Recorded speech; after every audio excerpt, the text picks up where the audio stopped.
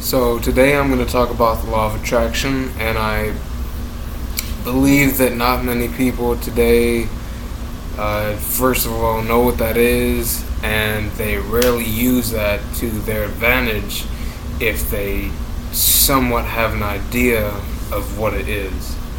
The law of attraction, I think, should be taught to pretty much like kindergartners and up. It's definitely something that I think the schools should switch out for something that they don't need, because we have so many subjects in schools, not even subjects, but things that are taught that we don't need, that should be an elective. And with a law of attraction, it's a law, just like the law of gravity. Like, you can pretend like it's not there, but if you jump off a building, you're gonna, fucking boom to the ground. The same thing with the law of attraction. I've told like 4 people that I really thought should, I really wanted to see them like succeed, not just in what they, wanted to do, but just, have a good life. And for some reason they thought what I was talking about was just bullshit, and they didn't want to hear about it. So I feel that you can't just force someone to learn it. If you clicked on this video, I believe that you clicked on it for a reason. I believe that everything happens for a reason in life. I don't believe in coincidences. Not at least how people say. Like, I don't believe anything just happens because of pure luck, or coincidence. And right here, out of the bat, to show you, to prove to you, if you don't believe me, we got this amazing fucking book, The Success Principles, by this amazing teacher named Jack Canfield. I understand that the screen switched over, but what they fucking do. This man named Nick Stitzman, probably murdered that name. He was a railroad yardman. So basically, I guess he went to, fix the railroad cars and help with them. And I guess one night, he accidentally got locked in a refrigerator boxcar. And overnight, he was so worried about freezing to death because the rest of his crew had, locked him in there and just left. So he had to wait until the next morning to, for the refrigerator boxcar to be opened. So he worried, and he wrote on he found like a knife, I guess. He found a knife, and he wrote in the floor of the boxcar that he was so cold, and he thought if he went to sleep, it was going to be the last time, he ever slept. He wasn't going to wake up. And he froze to death. What the paramedics found out, what they found out when they examined his body, is that, everything showed that he froze to death. But what they also found out is that the freezer was not working, and the temperature of the boxcar that he was in when he froze to death was at 55 degrees Fahrenheit. And right there, that shows you that, you may not want to believe it, but he killed himself with his thoughts. Our thoughts are that powerful. Now, you can think of a time that you worried about something, you expected it to happen, and, later it happened. That's the law of attraction. I can't really think of that many obvious examples right off the top of my head, but pretty much the law of attraction. I know I should have got to this in the beginning, but whatever. The law of attraction is basically your thoughts create reality. You can pretty much do anything that you want if you set your mind to it and you get your subconscious to believe it. Because then, I used to fail at the law of attraction while I was trying to do it when I first learned about it. I wasn't doing too good, and that's because with my conscience, with my regular conscience, pretty much, if it would say think positive thoughts instead of negative thoughts, because negative thoughts make you weaker physically, emotionally, and all that. Positive thoughts, they literally have an energy to them, and they can affect your body and affect the outside world, or affect anything that you pretty much want it to affect. So I would always be thinking consciously of what I wanted to create, and a big thing for me was losing weight. And I was thinking okay, I'm this certain weight. One thing that I did with the law of attraction is that I would say so I was 245 pounds, and I wanted to be 230. So I would tell myself, okay, I'm 230 pounds, but then I would get on the scale, and then I would still be 240. And it just wasn't cutting it. So what I later found out with more research of the law of attraction and just studying it and just being consistent on it, if you watched my last video, our subconscious basically, I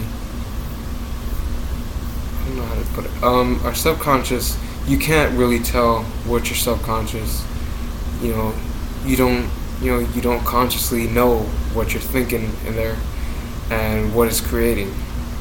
So you can tell yourself one thing, but you're getting a different outcome. This can happen with pretty much any situation. You want something to happen, but you worry about it and you don't believe that it's possible or something like that. That's your subconscious that creates the effect of the negative effect of it not happening or whatever. Most of the time, at least, I believe. And then when I finally got a piece of paper and wrote on it my goal, which was 230 at the time, and put it on my scale, and I would get up in the morning and I would tell myself, oh, I'm so happy and grateful, which is an affirmation. I'm so happy and grateful now that I am 230 pounds. And I would get on the scale and I would visually see with my eyes, holy shit, I'm 230 pounds. This is so fucking awesome. And that, over time, if you do that, it goes into your subconscious mind. Because with that and visualization, which most of this other stuff I'll get to in another vid, the consistency thing I got to in the last video, they all go with the law of attraction. But with visualization, when they studied about it, they found out that the brain doesn't realize the difference between if you picture something in your head, if you picture yourself doing something, and you actually doing it.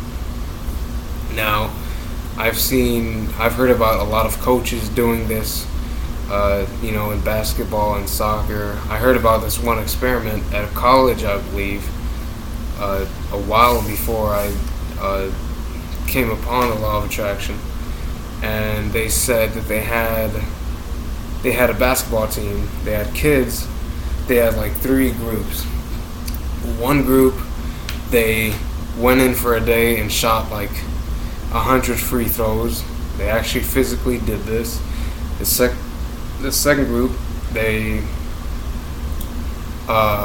would go into the court with the basketballs there, but they wouldn't actually physically shoot the free throws.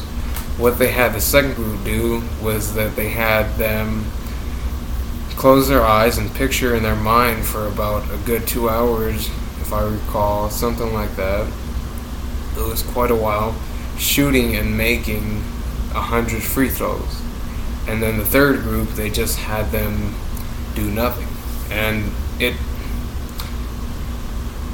I might be wrong. If I'm wrong, don't believe me. I might not be right. And if you don't believe me, I definitely want you. I encourage all of you to go and search it up for yourself, because so many people just fucking blindlessly fucking act like sheep, and they just let people tell them whatever they want, and they just believe it. But if you go and research up, if you just go and research for like 5 minutes, you're gonna come to a different conclusion than what you thought, most likely. And just don't be ignorant. And if you think that you should research something and you don't believe something, like you think it might be a lie, but then you just decide to fucking heck with it, I'm gonna believe it anyway, then you're just fucking stupid and ignorant. You're a stupid idiot. But with the first and second group, it was either the second group and then after, like a month after they did it, or after they were done, then they had all three groups go in and see their percentage of their free throws. And I believe either the second group had a larger percentage of making free throws than the first group, so the group that visualized it just in their mind shot free throws, made more free throws than the people that physically did it. They either got a higher percentage or they got about the same percentage. And then the third group, they just they weren't that good. So yeah, the power of thoughts and the law of attraction is basically that.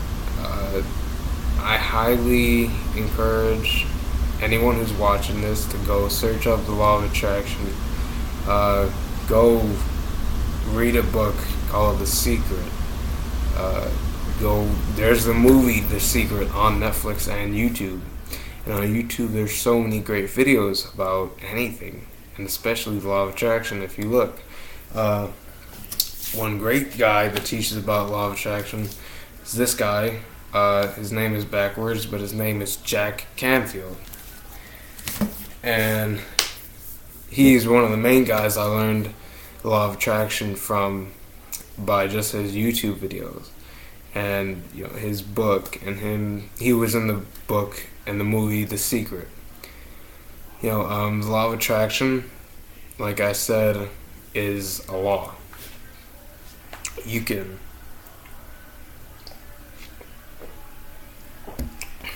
listen to this and pretend like I'm full of bullshit, but if you go and watch not just any video, because there are some videos that I wouldn't, if I was just hearing about it, I wouldn't really believe it. There are some really good videos on YouTube and on Netflix. There's the movie The Secret. There's some fucking great books on the law of attraction too. And not all of it is gonna be, if you read the law of attraction, if you read The Secret, or you watch The Secret or something like that, and then you read something else or hear something else that kind of contradicts what they said in the movie, that's just because if you read 100 self-help books, there's going to be 100 different ways to do something. And basically, when I first found something that contradicted what I had learned, I was like, wait a minute, this shouldn't fucking work. Why is this working? You find out what works for you. Not everything is settled in stone to work for every single exact person. You take what you can you take little pieces that work for you from anything that you learn. And you put it together, and then that's you. Then you can create your own book about all the little things that you learned. You know? So, I forgot what I said. So basically, yeah. Okay.